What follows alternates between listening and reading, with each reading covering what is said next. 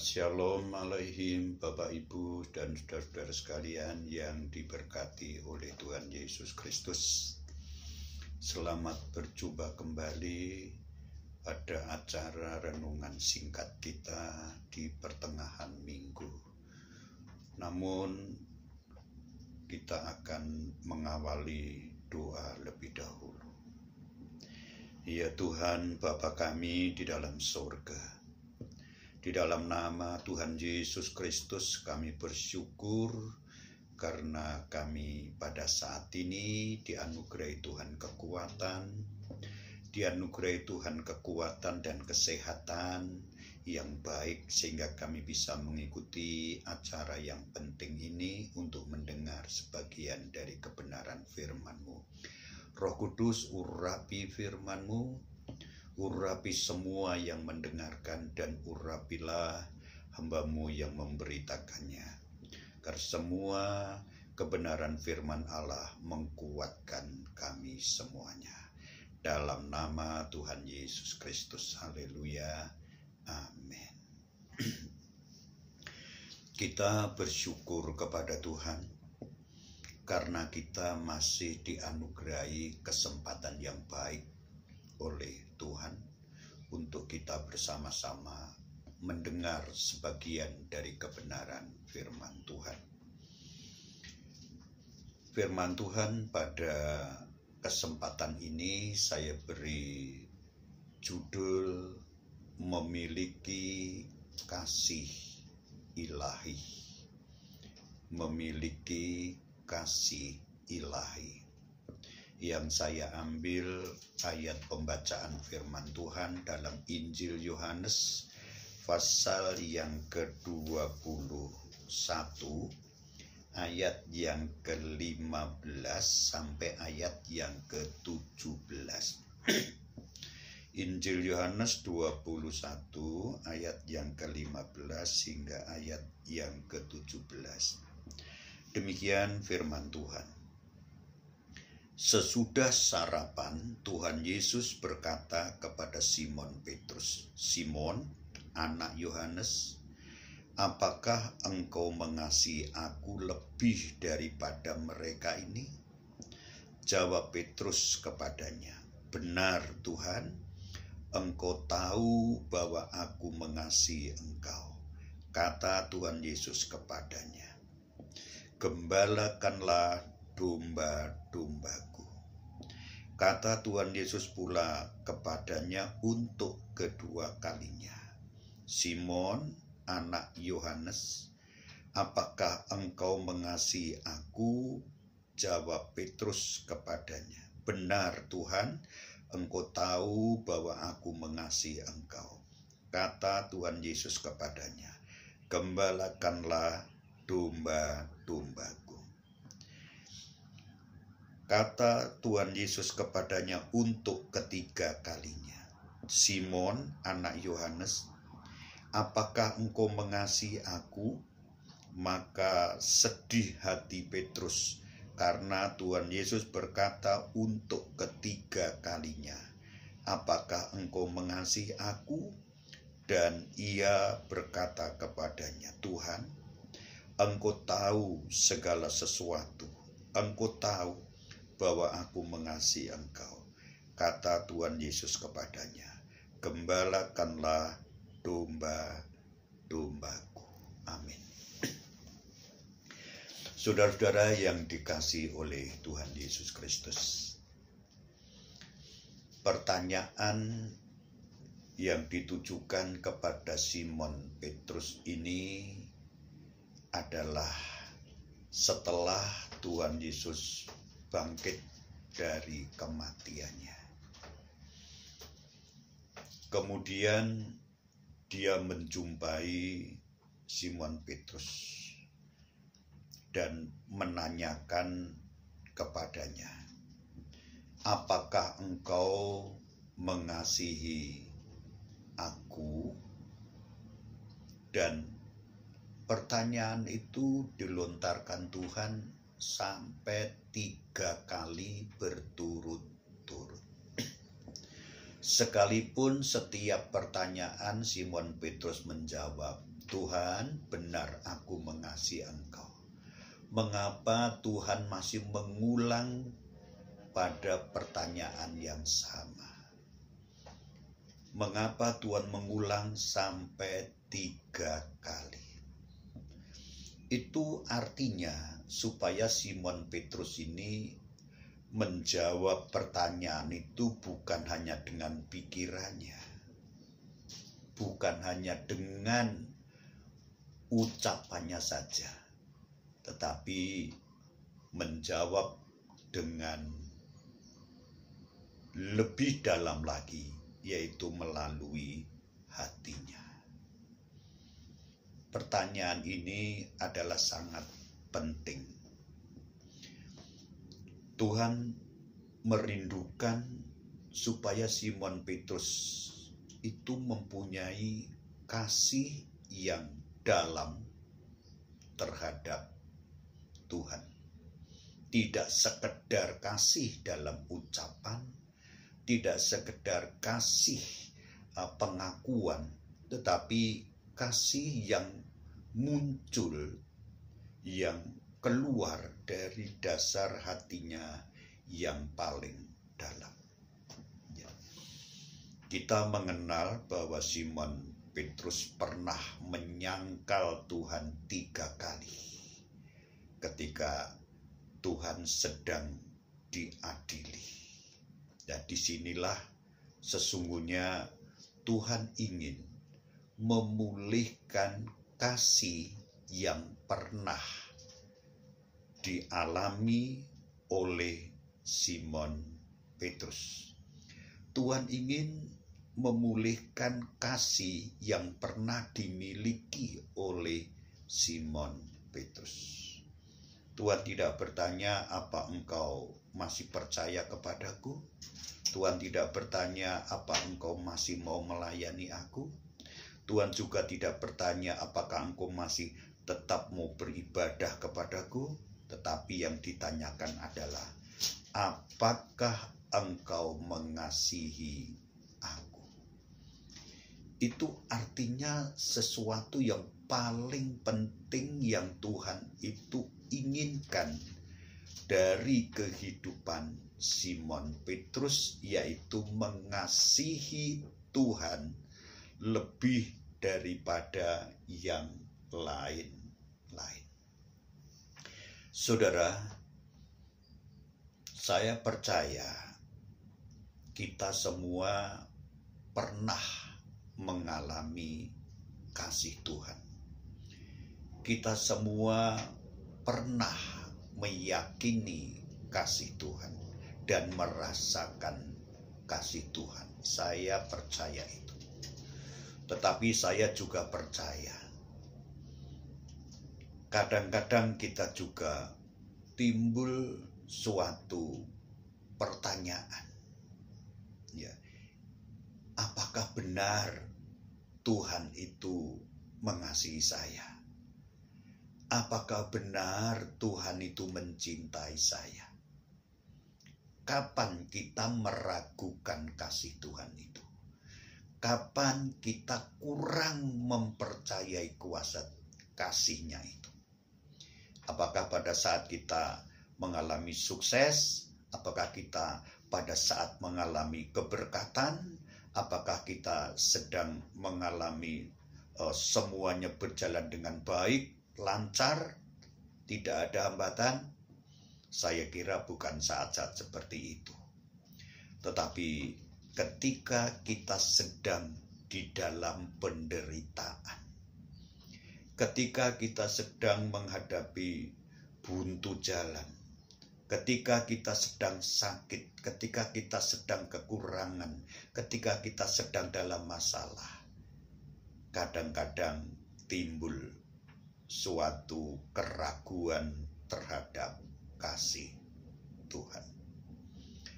Lah itulah sebabnya pada saat ini kita ingin sebagai orang-orang percaya, hidup kita itu dipulihkan kembali kasih Tuhan yang ada pada kita, agar kita tidak pernah meragukan kasih Tuhan, kita memiliki kasih Tuhan yang terus-menerus menyala, membara di dalam setiap kehidupan kita.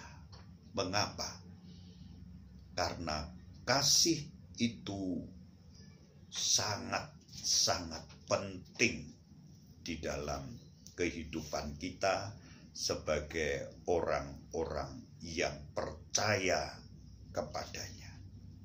Ya. Di dalam Alkitab 1 Korintus pasal yang ke-13, ya, ketika kehidupan kita ini tanpa kasih, ya, maka kehidupan kita ini sia-sia. Ya.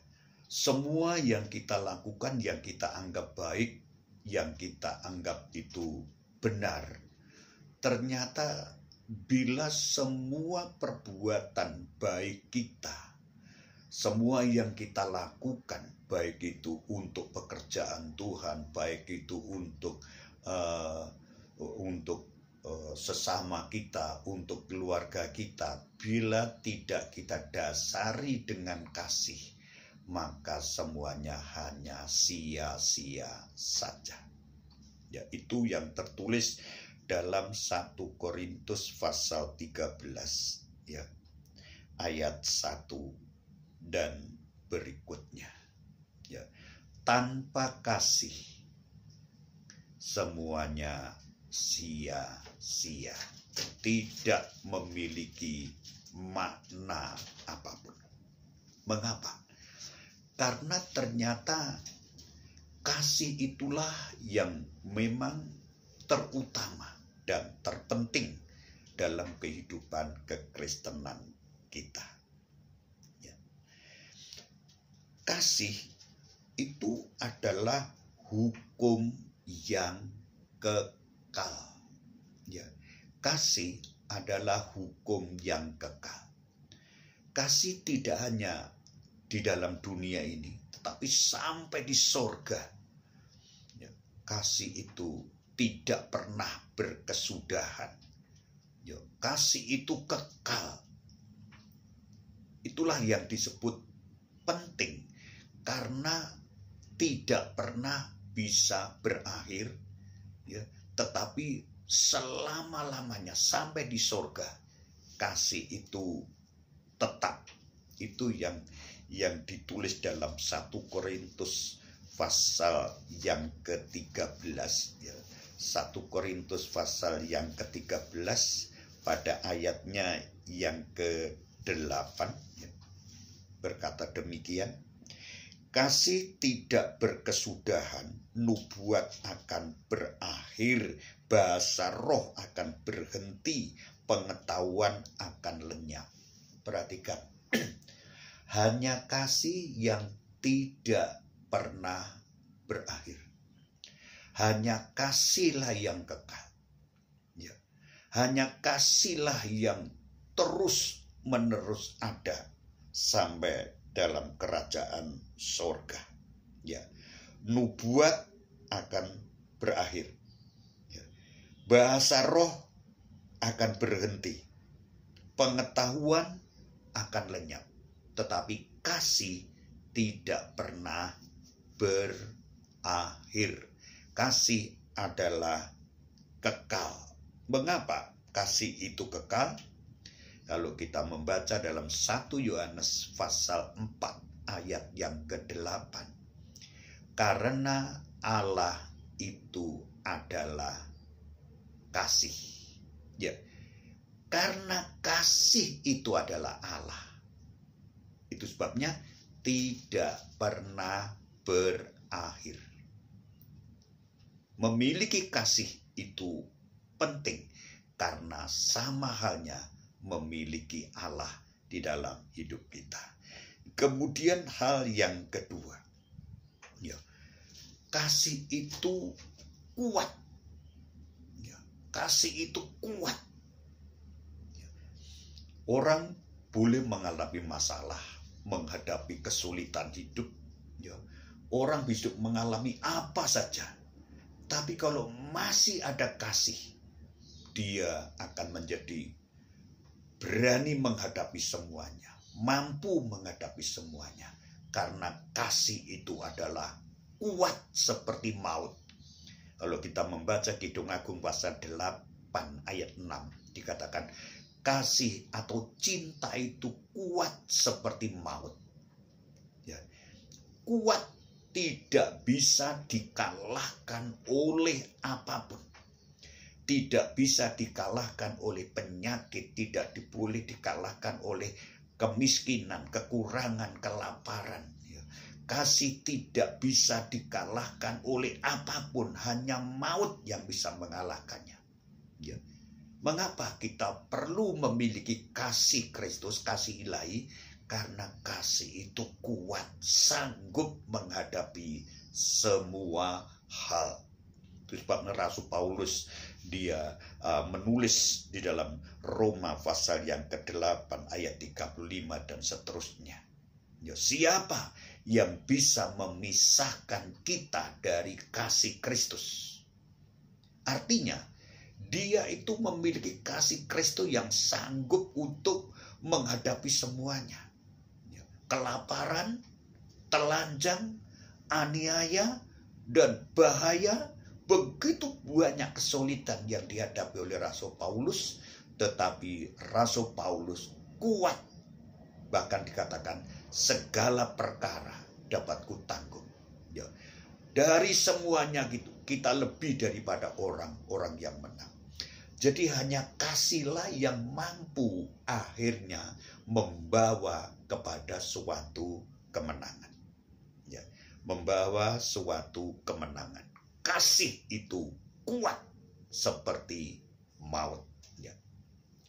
Kemudian yang ketiga, mengapa kita perlu memiliki kasih Kristus? Ya. Karena kasih ini hukum yang terbesar. Ya. Hukum yang terbesar. Ya. Di dalam 1 Korintus pasal yang ke-13 ayat yang ke-13 ditulis di sana. Ya. 3 hal, ada iman, ada pengharapan, ada kasih. Tetapi di antara ketiga itu yang terbesar ialah kasih. Ya. Kasih itulah yang terbesar, yang terutama. Seluruh Alkitab ini ya, diringkas dengan satu bahasa, yaitu kasih. Ya. Kasih dalam Markus pasal yang ke-12 ayat 30 dan 31 disebut di sana. Ya. Kasihilah Tuhan Allahmu. Itu hukum yang pertama. Kemudian hukum yang kedua, kasihilah sesamamu manusia seperti dirimu sendiri. Jadi seluruh Alkitab ini diringkas ya, dengan satu kata kasih. Secara vertikal mengasihi Allah, secara horizontal mengasihi sesama. Lah itu sebabnya mengapa Tuhan menanyakan kepada Simon Petrus, apakah kau mengasihi aku? Karena kasih adalah hukum yang terbesar. Karena kasih itu ialah Allah sendiri. Ya, puji Tuhan. Kasih itu hal yang terpenting dan hal yang terutama. Ya. Sekarang kita akan melihat definisi daripada kasih. Definisi daripada kasih. Saya bacakan dari 1 Korintus 13 ayat yang ke-4. Demikian firman Tuhan. Kasih itu sabar. Kasih itu murah hati. Kasih itu tidak cemburu. Kasih itu tidak memegahkan diri dan tidak sombong. Kasih tidak melakukan yang tidak sopan. dan tidak mencari keuntungan diri sendiri. Kasih tidak pemarah. Kasih tidak menyimpan kesalahan orang lain. Kasih tidak bersukacita karena ketidakadilan, tetapi karena kebenaran. Kasih menutupi segala sesuatu, percaya segala sesuatu, mengharapkan segala sesuatu, sabar menanggung segala sesuatu. Inilah definisi daripada kasih. Begitu lengkap, mencakup semua perbuatan baik, mencakup semua tingkah laku yang baik di dalam kasih. Milikilah kasih Kristus, karena kasih Kristus adalah Allah sendiri, Kristus sendiri. Memiliki Dia, memiliki suatu keindahan yang luar biasa, ya. Kita memperhatikan, ya, bahwa di akhir zaman ini, kata Tuhan Yesus Matius 24 ayat yang ke-12, karena semakin bertambahnya dosa, bertambahnya kedurhakaan, kasih kebanyakan orang menjadi dingin. Perhatikan, memprihatinkan. Semakin tambah dosa, semakin tambah kejahatan, kasih semakin dingin. Itu sebabnya kita melihat begitu banyak perbuatan-perbuatan jahat yang terjadi di dunia ini. Kekejaman, ya, permusuhan, kebencian, merampok, mencuri, menipu, menindas, dan lain sebagainya. Mengapa perbuatan-perbuatan jahat semakin begitu marak, semakin kuat? Karena kasih di dalam kehidupan manusia telah menjadi dingin. Ya, kasih telah menjadi tawar. Itu sebabnya kita disadarkan oleh firman Tuhan pada saat ini. Mari hidup kekristenan kita ini kita landasi dengan kasih Kristus. Ibadah kita, doa kita, pelayanan kita, ya, korban-korban kita, persembahan kita, semuanya kita dasari dengan kasih Kristus. Jangan sampai seperti jemaat di Efesus, ya. Efesus jemaat yang mau berjerih lelah, jemaat yang mau banyak melakukan hal yang berat, tetapi ternyata sudah kehilangan kasih. Sehingga Tuhan mengatakan, bagaimana dalamnya kamu telah jatuh. Kembali kepada kasih yang mula-mula. Jadi orang Kristen yang tanpa kasih sebenarnya orang Kristen yang sudah jatuh begitu sangat dalam. Jatuh dari yang sebenarnya. Itu sebabnya himbauan Tuhan, kembalilah kepada kasih yang mula-mula. Amsal Salomo mengatakan, janganlah kasih dan setia itu meninggalkan kamu. Tuliskanlah di dalam hatimu dan kalungkanlah pada lehermu. Bapak, Ibu, dan saudara-saudara sekalian yang sangat dikasihi oleh Tuhan, marilah kita pertahankan, marilah kita pegang teguh, marilah kita kembangkan kasih Kristus yang sudah kita miliki di dalam diri kita. Kita tidak pernah akan menjadi orang Kristen yang benar tanpa kasih Kristus ada dalam diri kita.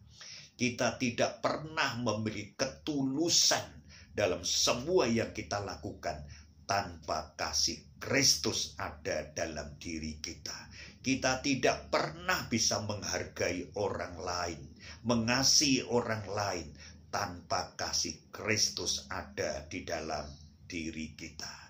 Itulah sebabnya sekarang ini Tuhan bertanya, sama dengan bertanya kepada Simon Petrus.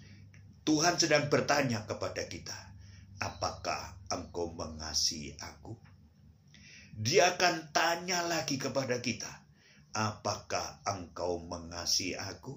Sekali lagi dia akan tanya kepada kita, apakah engkau mengasihi aku? Biar kita menjawab sendiri dengan hati kita. Karena kita tidak mungkin bisa berpura-pura. Akhirnya Simon Petrus hanya bisa menangis, hanya bisa meneteskan air mata. Dia hanya mengatakan, Tuhan, Engkau tahu segala sesuatu dalam hidupku. Engkau mengenal, Engkau mengerti bahwa aku mengasihi Engkau. Biarlah kita menjawab dengan kehancuran hati kita. Tuhan, aku mengasihi Engkau karena aku masih memiliki kasih. Ya. Kalau orang memiliki kasih Kristus dalam dirinya, dia akan menuruti hukum-hukum Tuhan. Ada kasih Kristus, ada kesetiaan dalam hidup kita. Ada kasih Kristus, ada kesabaran dalam diri kita. Ada kasih Kristus dalam hidup kita, ada kelembutan dalam diri kita. Ada kasih Kristus dalam diri kita, ada pengampunan, ada kasih Kristus dalam diri kita, ada kerendahan hati. Ada kasih Kristus di dalam diri kita. Maka dengan mudah kita akan mengasihi orang-orang lain yang menderita, orang lain yang lemah, orang lain yang sakit, orang lain sebagai keluarga kita, orang lain sebagai saudara seiman kita. Adakah kasih Kristus masih dalam diri kita? Mari kita jawab sendiri-sendiri. Tanpa kasih, hidup ini tidak punya makna apa-apa. Tanpa kasih Kristus, saudara tidak mempunyai tujuan hidup. Tanpa kasih Kristus, kita percuma menjadi orang Kristen. Kasih Kristus harus kita miliki, karena kasih itu adalah Allah sendiri. Tuhan Yesus memberkati kita semuanya. Mari kita tunduk kepala. Amin. Ya Tuhan, kami bersyukur pada kesempatan ini kami telah mendengar sebagian kebenaran firman Tuhan yang mengingatkan kembali apakah kami masih memiliki kasih Kristus dalam diri kami. Tuhan, melewat kebenaran firman-Mu, Engkau akan menerangi hati kami, menerangi pikiran kami betapa pentingnya kami untuk memiliki kasih Kristus itu. Terima kasih Tuhan. Biarlah kasih itu membara, terus-menerus menguasai dalam setiap kehidupan kami. Hamba berdoa untuk seluruh jemaat GBPS Philadelphia Wage yang tertua sampai anak-anak. Tuhan berkati, Tuhan lindungi, Tuhan pelihara. Tuhan supaya kasih itu terus-menerus berada di dalam setiap hatinya. Sehingga mereka juga mendapatkan selalu sukacita, damai sejahtera, dan mengalami kebahagiaan karena kasih Kristus menjadi jaminan dalam setiap kehidupannya. Terima kasih Tuhan, jemaat yang sedang menghadapi masalah Tuhan tolong. Jemaat yang sedang sakit, mujizat jamahan Tuhan menyembuhkan mereka. Berkati jemaat-Mu, tidak ada yang kekurangan apa-apa. Tuhan berkati jemaat dengan kekuatan rohani yang melimpah-limpah agar mereka tetap semangat di dalam mengikut Engkau, semangat untuk bersekutu dengan Engkau. Terima kasih Tuhan, inilah doa hamba-Mu. Di dalam nama Tuhan Yesus Kristus kami mengucap syukur berkat Tuhan bagi kami semua jemaat GBPS Philadelphia Wage. Haleluya, amin.